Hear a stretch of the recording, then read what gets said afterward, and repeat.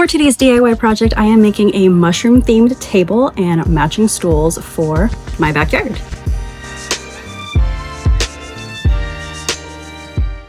Hi, my name is Genevieve, and I am currently on a journey to rediscover myself through art, DIY, crafts, all the creative things. I've been really inspired to create more whimsical, kid-friendly spaces for my toddler inside and outside of our house. So this mushroom-themed table and chair set was just perfect, and it was really, really fun to make, honestly, and very easy. I didn't need to use any power tools except for a drill and some construction glue. That's it. So this was the Pinterest inspiration, and this is the end result, which you can see at the end of the video. Size-wise, this was intended for my toddler to grow into. Obviously, you can tell that I'm sitting at it, and it works for adults too, but it's really for her to kind of grow into. I also did this under a budget. Mine was about $200, which I actually thought was kind of high for this, and I did it for less than that. So I'm going to take you through my process for this entire DIY project, and let's just get into it. So the first step for any DIY project is to gather your materials and your tools. For this particular project, I used wood rounds for the tabletops and stool tops, and planters for the base of the table and the base of the stools. I will link all the materials and tools that I used down in the description below. For the tabletop, I'm actually just refurbishing a table that I found on Facebook Marketplace. I did already have some tools on hand, so in total, I only spent about $160.15 for things I had to purchase specifically for this project. So the first step after gathering all my materials, I flipped the tabletop over and placed the planter in the middle. Then I measured around it to make sure that I centered it enough. This might not be the best way to do this or the most efficient way, but I'm sure there's other ways, and this is just how I ended up doing it. After that, I moved on to the stools and did the same method, measured around to make sure that it is centered enough, and then I traced a circle onto the wood base. I got paint samples for about $5 or $6 at Lowe's, and this was more than enough paint for this project. I started with painting the underside of all the stools first. Now, I didn't prime or prep the wood rounds for the stools ahead of time, and that's definitely something that I should have done. I'll talk a little bit more about this at the end of the video.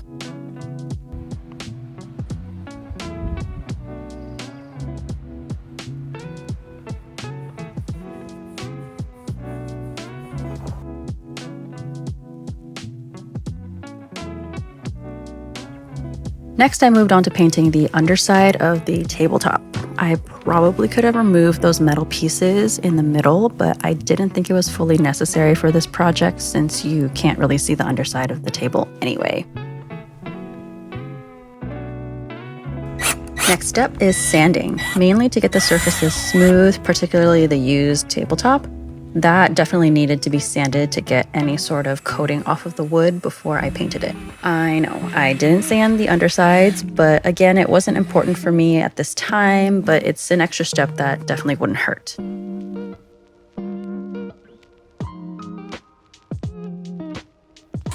So again, I was staying under a budget and I didn't want to spend a whole lot of money on tools this time around, so I ended up buying a sand attachment for my drill. I was surprised that this was actually pretty easy to use, and I think it got the job done. So I do think in the future, when I do bigger projects, that an actual orbital sander would likely make my life a whole lot easier, but that's going to be for a later problem.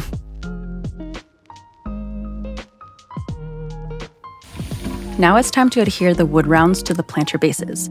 I'm using heavy-duty construction adhesive by Liquid Nails. If you haven't used this type of glue before, I promise it's not as intimidating as it looks. The applicator tool is probably the most complicated part.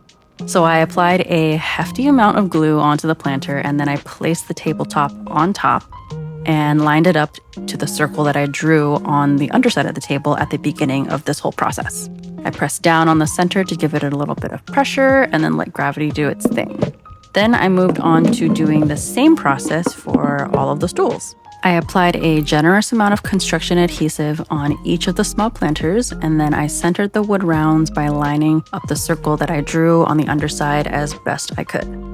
Construction adhesive takes a little bit of time for it to actually fully dry and cure, so there is a little bit of wiggle room when working with it. I spent a decent amount of time trying to perfectly center the stool tops that my daughter even joined in and tried to help out.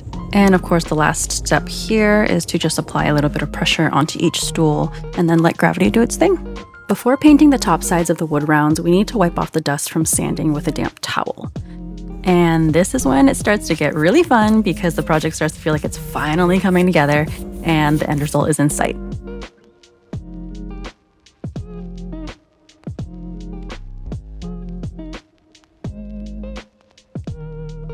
After only the first coat, the coverage of these paints were already looking pretty good. Here is the first day's worth of work. So I purposely picked white bases so I didn't even have to bother painting that. But you can see this definitely needs 2 or 3 coats.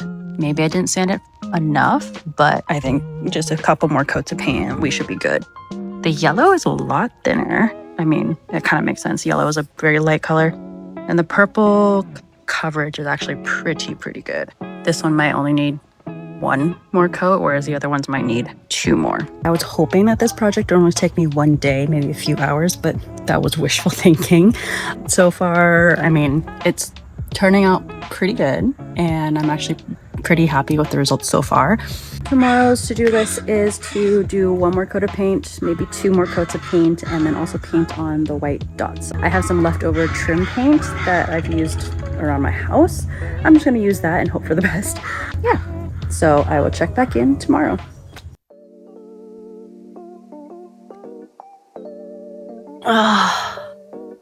Sunlight, wake me up. My toddler decided that we were waking up at 4:30 this morning.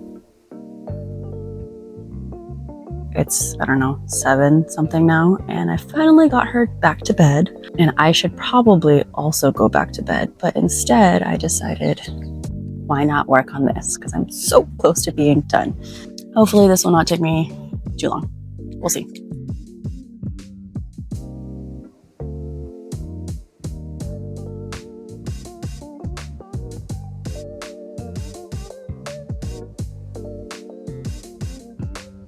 All right, so now it's time to do the white dots on all the tables and chairs, and I'm gonna freehand them with this brush, so I hope that my creative instincts will not fail me today. For the white dots, I'm using some leftover door and trim paint from a previous project. If you don't already have some white paint on hand, you can easily get a sample of white paint for $5 or $6 from Lowe's or Home Depot or any other hardware store. I started off making the dots really small because I did this all freehand and didn't want to mess up, but I very quickly realized that the dots were way too small, so I made them bigger and slightly irregular in size.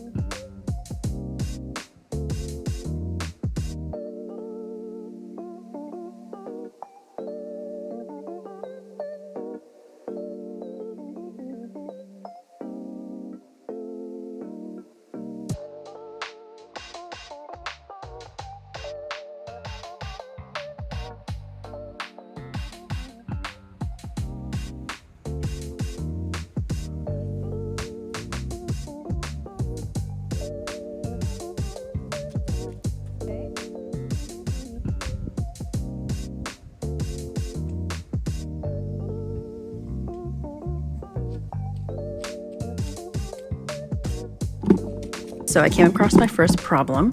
The construction glue did not adhere as well as I expected it to. It already started to come apart, so I immediately knew I needed to add screws. This is something that I did think about prior to starting this project, but for some reason I just decided against it, which was not smart of me. It's definitely a step that you do not want to skip. I was having some issues lining up the holes that I drilled with the screws, but after a little bit of trial and error, I figured it out.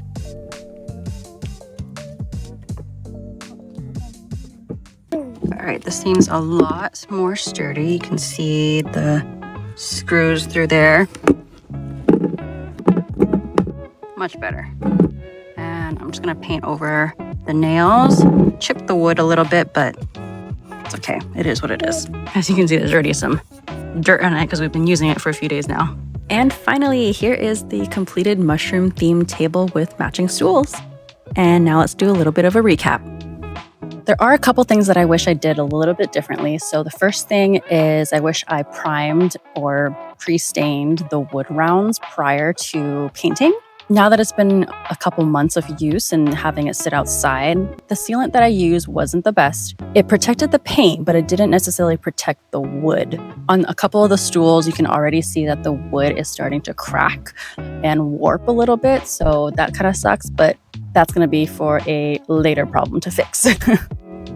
The second thing I wish I did differently is I should have screwed in the stool tops before painting. Not a huge deal, but I did have to go back and repaint where the screws were installed, so it was just a minor extra step that I had to take. But even after all of that, I'm still very glad that I did this project. It was really fun and really, really easy to make. Very beginner friendly. I have all the tools and materials that I've used linked below. If I don't have something linked for some reason, just comment below and let me know what item you're looking for, and I will do my best to let you know where I got it. Thank you for watching and for following my progress on this DIY project. Like and subscribe for more creative projects, and I will see you in the next one. Bye!